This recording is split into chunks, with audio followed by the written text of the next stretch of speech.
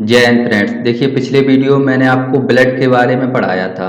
उसमें blood clotting और blood group शेष बचा था। आज के इस वीडियो में हम ब्लड क्लॉटिंग और ब्लड ग्रुप के बारे में पढ़ने वाले हैं। ब्लड ग्रुप में आपको ये भी बताएंगे कि जो माता पिता हैं उनसे बच्चों में कौन सा ब्लड ग्रुप आने की संभावना रहती है। सारा कुछ डिस्कशन करेंगे कंप्लीट डिटेल में। चलिए स्टार्ट करते हैं। देखिए, एक बार फिर से इसको रिवाइज कर लें कि हमारा ब्लड में क्या क्या था, जिससे आपको ब्लड क्लॉटिंग समझने में आसानी होगी। देखिए, ब्लड था, ब्लड में जो द्रव वाला पार्ट था लिक्विड स्टेट में था वो था प्लाज्मा, और ये कितना था 60%। और जो ब्लड में सॉलिड स्टेट में था, सॉलिड स्टेट में था वो क्या था, रुद्राणु थे वो, ब्लड कॉर्पसल्स। ब्लड कॉर्पसल्स कितना था, ये 40% था, और प्लाज्मा 60%। प्लाज्मा में 90% तो वाटर था, 10% में प्रोटीन थी। प्लाज्मा में क्या क्या पाया जा रहा था, ये फाइब्रिनोजन एंड प्रोथ्रोम्बिन, ये प्रोटीन थी। इसको हम पिछले वीडियो में पढ़ चुके हैं, एक बार इसको रिवाइज कर रहे हैं तेजी से 1 मिनट में, उसके बाद ब्लड क्लॉटिंग स्टार्ट करेंगे। साथ ही इसमें एंटीबॉडी था जो बीमारियों से लड़ने का काम करता था, एंटीबॉडी।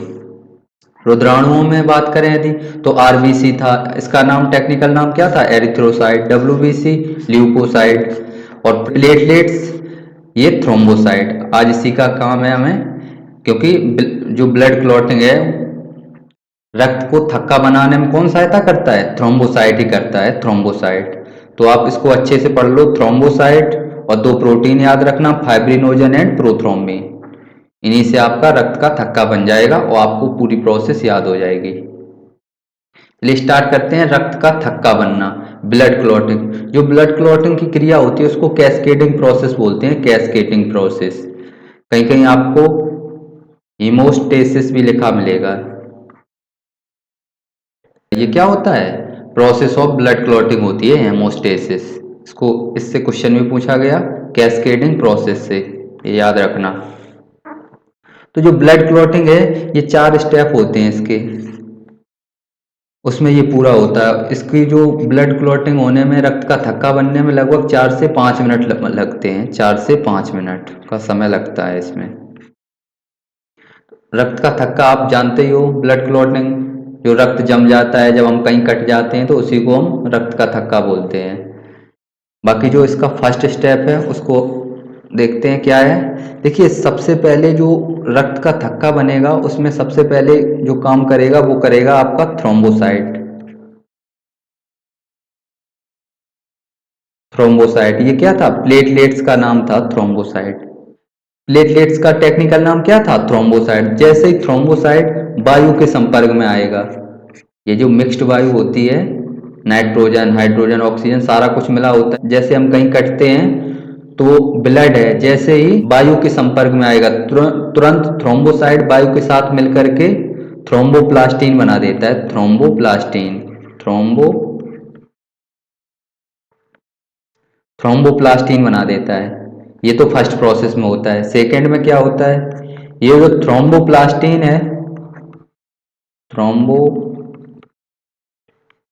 ये जो थ्रोम्बोप्लास्टिन है ये कैल्शियम के साथ और प्रोथ्रोम्बिन जो प्रोटीन थी जो प्लाज्मा में पाई जा रही थी,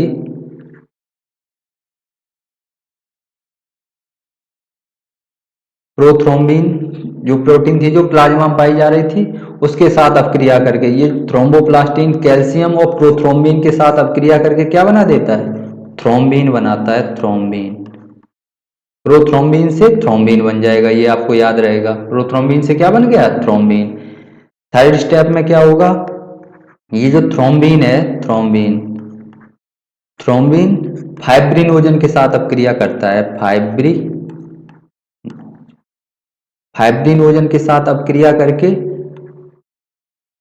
फाइब्रीन बना देता है, फाइब्रीन। फाइब्रीन बना देता है, फाइब्रीन।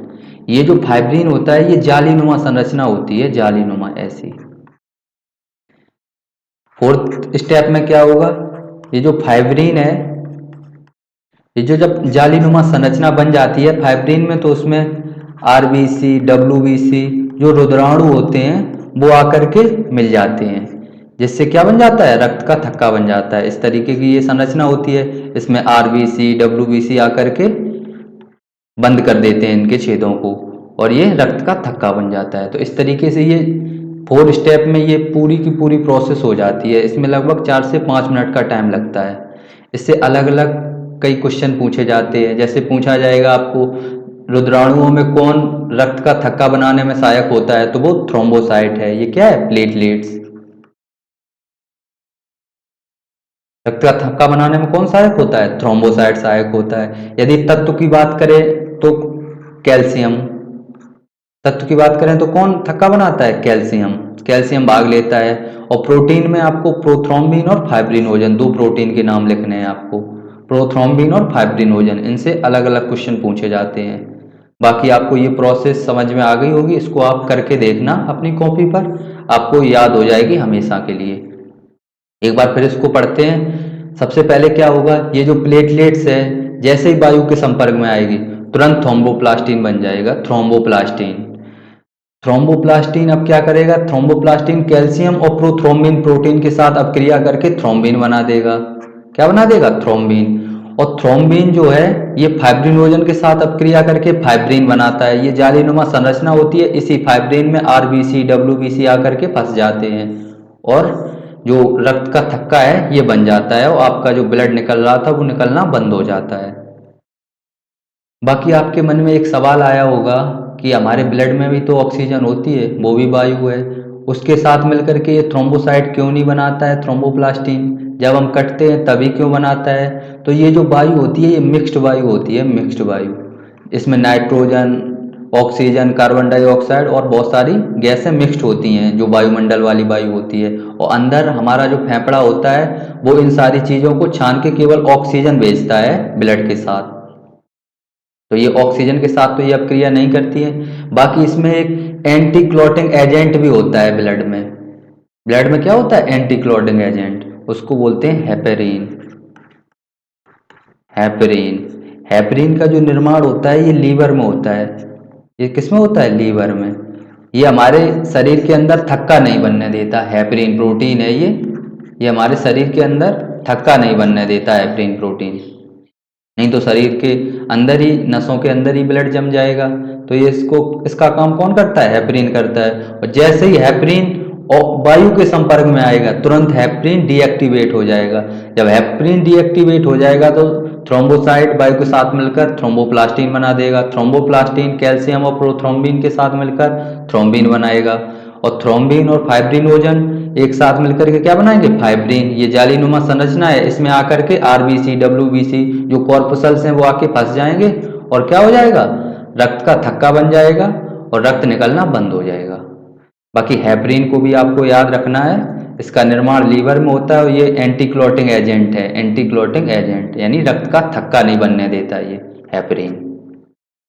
बाकी आपने क्वेश्चन देखा होगा कि विटामिन के है, ये रक्त का थक्का बनाने में सहायक होता है। विटामिन के, कौन सी विटामिन है जो रक्त का थक्का बनाने में सहायक होता है, तो विटामिन के होता है।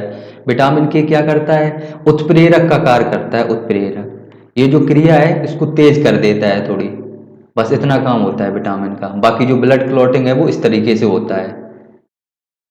अब हम देखते हैं ब्लड ग्रुप के बारे में। क्या है ब्लड ग्रुप, तो ब्लड ग्रुप की जो खोज की थी वो लैंड स्टीनर ने की थी, कार्ल लैंड स्टीनर ने। इनका पूरा नाम क्या था, कार्ल लैंड स्टीनर। तो ब्लड ग्रुप की खोज आपको याद रखनी है। और रक्त परिसंचरण की खोज विलियम हार्वे ने की थी। इसको हम कई बार बता चुके आपको पिछले वीडियोस में भी।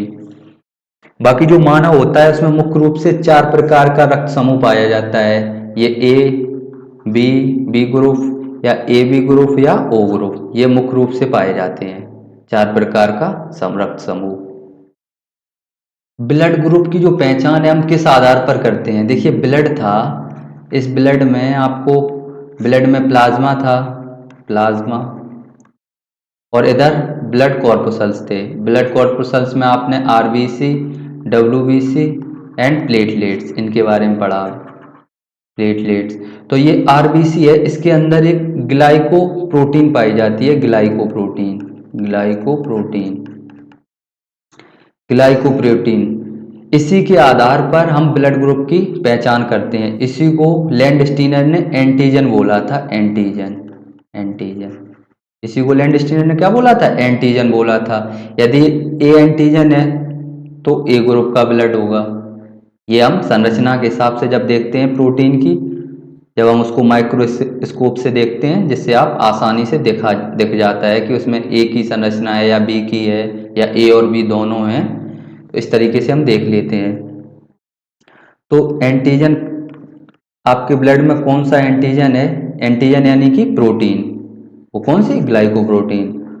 उसी के आधार पर आपका ब्लड ग्रुप डिसाइड होगा। जैसे आपके अंदर आपके ब्लड में ए एंटीजन है तो ग्रुप कौन सा होगा? ए होगा। बी एंटीजन है तो बी ग्रुप होगा। एंड ए बी एंटीजन है, ए बी एंटीजन है और बी बी एंटीजन है, दोनों है तो कौन सा होगा? ए बी ग्रुप होगा। और यदि कोई एंटीजन नहीं है तो उसको ओ ग्रुप नाम दिया गया। यदि कोई एंटीजन नहीं है तो उसको क्या नाम दिया गया? ओ ग्रुप नाम दिया गया था। बाकी ये जो प्लाज्मा है, प्लाज्मा में आपने एंटीबॉडी पढ़ा था। एंटीबॉडी, प्लाज्मा में क्या था? एंटीबॉडी, जो बीमारियों से हमारी रक्षा करता था। तो हमारे ब्लड में जो एंटीजन होता है उसके विपरीत एंटीबॉडी होता है। जो एंटीजन होता है उसी के विपरीत एंटीबॉडी पाया जाता। इसको हम स्मॉल में लिखेंगे, स्मॉल लेटर्स में, जिससे आपको याद रखने में आसानी होगी। जैसे एंटीजन ए यदि आपके ब्लड में है तो एंटीबॉडी कौन होगी? बी होगी। यदि बी एंटीजन है तो एंटीबॉडी ए होगा। यदि ए और बी एंटीजन है तो एंटीबॉडी नहीं होगा।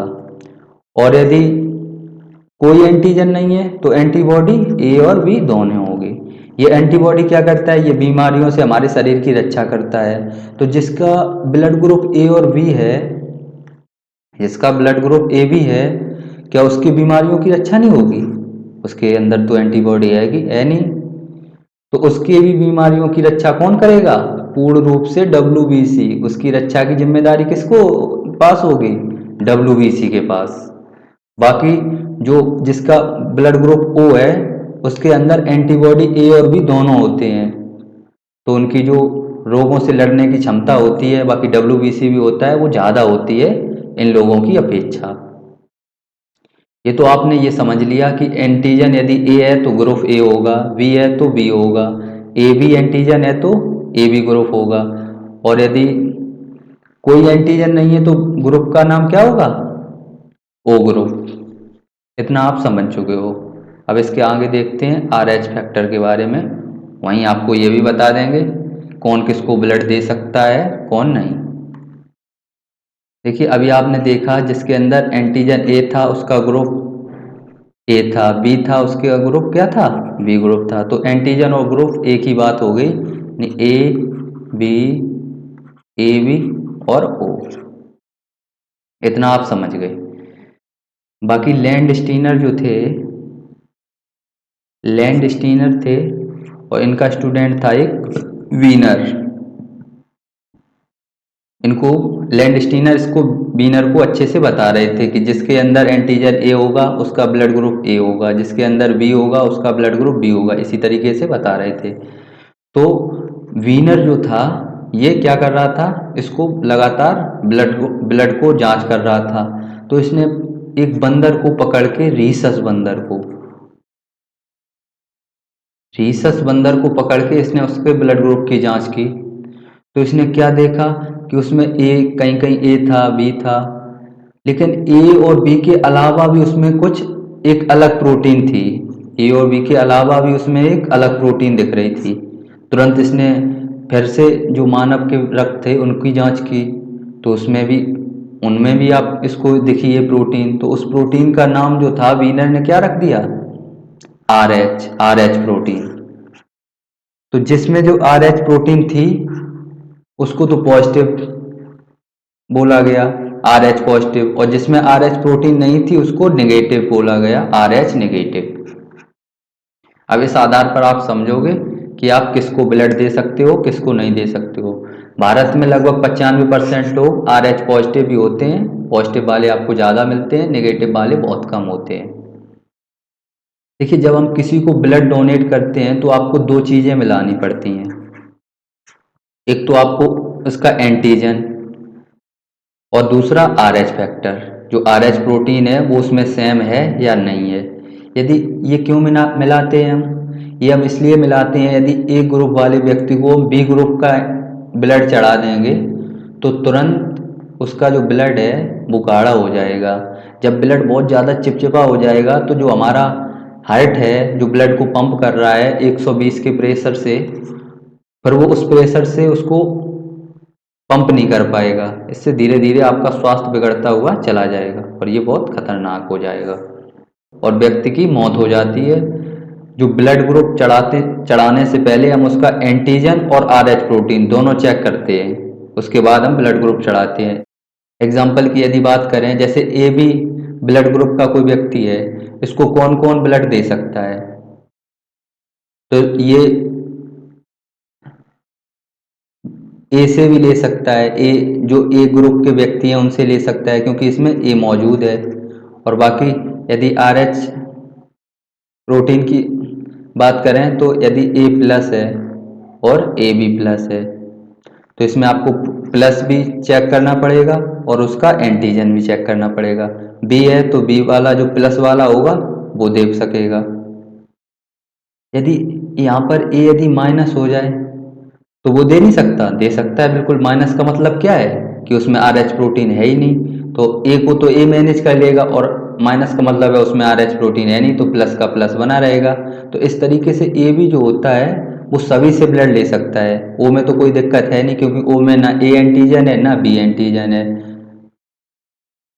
और ओ प्लस होगा, यदि ओ पॉजिटिव होगा तो पॉजिटिव को तो ये मैनेज कर लेगा, ये वाला पॉजिटिव ए बी वाला। नेगेटिव होगा तो इसका मतलब आर एच प्रोटीन है नहीं उसमें। तो इस प्रकार से जो ए बी होता है ये यूनिवर्सल रिसीवर हो जाता है, सर्वग्राही। इसको आप धीरे धीरे देखना, आपको अच्छे से समझ में आ जाएगा। इसके बाद यदि हम ओ की बात करें, ओ तो सभी को दे सकता है ब्लड। जैसे ओ इसको भी दे सकता है, इसको भी और इसको भी, सभी को दे सकता है ओ पॉजिटिव। यदि ओ नेगेटिव की बात करें तो ओ नेगेटिव सभी को ब्लड दे सकता है। जैसे ए की बात करें तो ओ में ए एंटीजन भी नहीं है बी एंटीजन भी नहीं है, तो ये ए तो इस तरीके से मैनेज हो जाएगा। नेगेटिव का मतलब क्या हुआ, इसमें आर एच प्रोटीन भी नहीं है तो प्लस अपने आप हो जाएगा मैनेज। यदि माइनस होता है इधर तो माइनस तो मैनेज हो ही जाता क्योंकि माइनस का मतलब है आर एच प्रोटीन इसमें नहीं है। इसी तरीके से बी को भी आप दे सकते हो, इसी तरीके से आप ए बी प्लस को भी देख सकते हो। तो जो ओ जो होता है ये सर्वदाता होता है, यूनिवर्सल डोनर, सर्वदाता यूनिवर्सल डोनर होता है। ए बी पॉजिटिव ये सर्वग्राही होता है, ओ नेगेटिव ये सर्वदाता होता है। अंततः आपको यही याद रखना है। बाकी आर एच फैक्टर है, आपको हमने जो कहानी बताई ऐसे ये 1940 में इसकी खोज की थी आर एच फैक्टर की, वीनर ने की थी, लैंडस्टीनर और वीनर ने दोनों लोगों ने मिलकर के इस पर कई साल वर्क किया उन्होंने। और ये रीसस नाम के मंकी पर की गई थी, इसी आधार पर इसका नाम आर एच प्रोटीन रख दिया गया। नेक्स्ट, रक्त का आदान। रक्त का आदान मतलब होता है हम जब किसी को ब्लड डोनेट करते हैं तो ब्लड बैंक में जो रक्त रहता है वो 40 डिग्री फ़ारेनहाइट पर रखा जाता है। रक्त कितनी डिग्री, 40 डिग्री फ़ारेनहाइट पर। एक बार में एक व्यक्ति 1 यूनिट रक्त का दान कर सकता है और 1 यूनिट 200 ml होता है, 200 ml। ये बेसिक बेसिक क्वेश्चन है। बाकी हम आपको ये बता चुके हैं जब भी हम रक्त को डोनेट करते हैं तो उसको ब्लड ग्रुप के साथ साथ उसका आर एच प्रोटीन भी मैच करते हैं कि उसमें कौन है या नहीं है। बाकी आपने एक नाम सुना होगा बॉम्बे रक्त समूह का, बॉम्बे ब्लड ग्रुप का। तो ये क्या होता है, ये लगभग 40 लाख लोगों पर में से कभी एक आध में मिला था। तो ये बहुत ही रेयर होता है, बहुत ही रेयर आपको ये बॉम्बे ग्रुप देखने को मिलता है, बॉम्बे ब्लड ग्रुप। ये विशेष प्रकार का एक रक्त समूह होता है। इसमें जो एंटीजन होता है ए होता है बी होता है, इसके अलावा एक एच भी होता है जो आर एच से मैच नहीं करता है, तो ये एच भी होता है।